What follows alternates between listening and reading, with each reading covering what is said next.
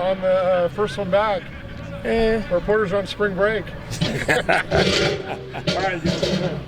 All right. What was it like to be back out there after the break, and what did you see from today's practice? It was a lot of fun being back out there. Wish we had a little bit more pads on though, right? But you want to get back out and just get the guys move around, get their legs going. It was a good tempo. It was good seeing guys push the issue, getting some of our tempo stuff going, really getting plays out there. And it was a lot of fun seeing guys take the ball a distance. Saw the Jet catch a couple of them, take it down the sideline, had a good run in there. But one of the things that stood out from it is we got to continue to work ourselves into shape. Jet has a really good run, and he comes back and he's dragging tail.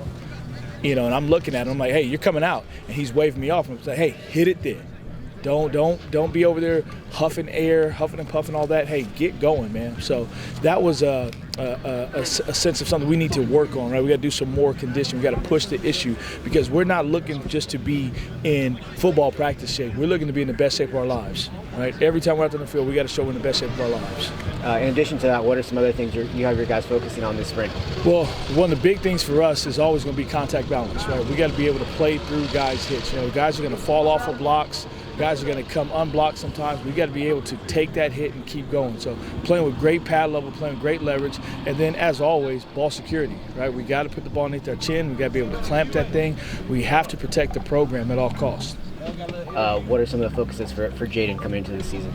Really, some of those things I just said, playing with better contact balance, getting himself back to square, not having a narrow base when he is getting into those in between the tackle runs. He's getting vice tackled by two linebackers, being able to power through and have some knockback on those guys. We all know that he can run. We all know that he can get it open and go, but we want him to show that how he's grown and that he can play behind his pads even more to be a force in and every down.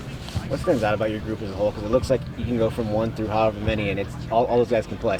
Well, the thing that stands out to me about the guys from Jaden through DTC, right, Dean Taylor Chapman, one thing that stands out for me is their mindset. Right? They come to work every single day. They're locked in.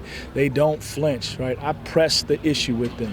I am not Coach Friend. I don't have kid gloves about it. I'm going to press the issue with you because our standard is our standard here. And so the way that they respond to the way that I challenge them gives me confidence to put any one of them in at any time. And so that's probably the biggest thing. It doesn't break down for me, oh, hey, this guy does these routes or this guy runs these plays really well. It's the mindset that they approach the game with. They're willing to work and get better and show they can do it all. Can you talk about Callaway? What does he bring? What makes him different? Well, Callaway brings a little edge to him, right? Up here from Mississippi by way of Old Dominion, he's got a little different edge to his game. He is very good at dropping his pass and stepping on somebody's face and keep going. But do not let his running style on that fool you. He can fly. He can fly. And I love that about him, that he has a dynamic balance to his game. And so I have to continue to grow him in the way that we operate the system, and the way that we continue to finish, and in the way that we will stone guys in the pass pro, and the way we'll make guys miss an open field. But I love his edge that he brings to the table. Given a close game, how many running backs can play in a game? Well, it all depends on where we're at. Where we're at in the season, how guys are health-wise, all those things come into play. But I think we went to the USC game last year. I think we played 5 backs, right? And it was not by design. Some guys got dinged up, right? Some guys had some other things going, and so we just kept it going. And that's what I talk about the mindset of our guys. That we had guys that week in that SC game that were on scout team that week, and we didn't bat an eye to put them in the game. That's what the room is about. It's not about one guy. It's about the room. With Callaway, he's had such an interesting journey from being, one of the highly touted kind of safeties in the country to going to Alabama, then going to Old Dominion. Have you sensed that there's a different kind of hunger with him about how he approaches everything? Well, what I sense really about him is somebody who grew up fast and understood what he needed to work on and what he needed to be. And when you look at the journey of the different places that he's been, it shows perseverance. It shows somebody who says, okay, hey, no matter the scenario I put in, I'm willing to work for my plight. I'm willing to work to get what I want and where I want to go. So when you have somebody who's a fighter in life, you rock with them on the field, because when they get the chance to get in between the lines, they're going to give everything, because they've had to do so much just to get to that opportunity, just to get to that spot. So he's not going to fold. He's not going to whittle under pressure. He's going to keep elevating, keep pushing to be the best he can be. how happy are you to see Byron back out there? And what was that adversity like for him to kind of battle through last year? I think it was a really, really tough scenario because Byron is a guy who's really conscious of his body and understands what's going on within his body. So to have that injury is almost a disbelief. Like, wait, like what's going on? And so to see him attack the rehab process, and I mean attack it. Like, he is ahead right now of where he should be, and he has been. But we just kind of kept the training wheels on him a little bit, right?